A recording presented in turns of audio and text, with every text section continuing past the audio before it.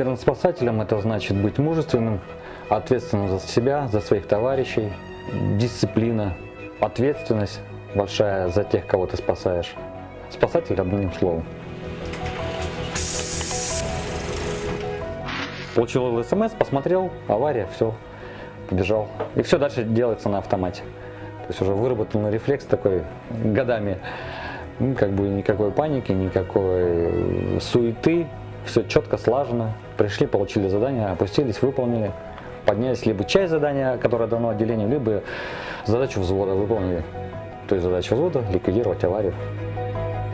Все друг друга знают, какие проблемы у кого в семье, всегда делимся, помогаем друг другу.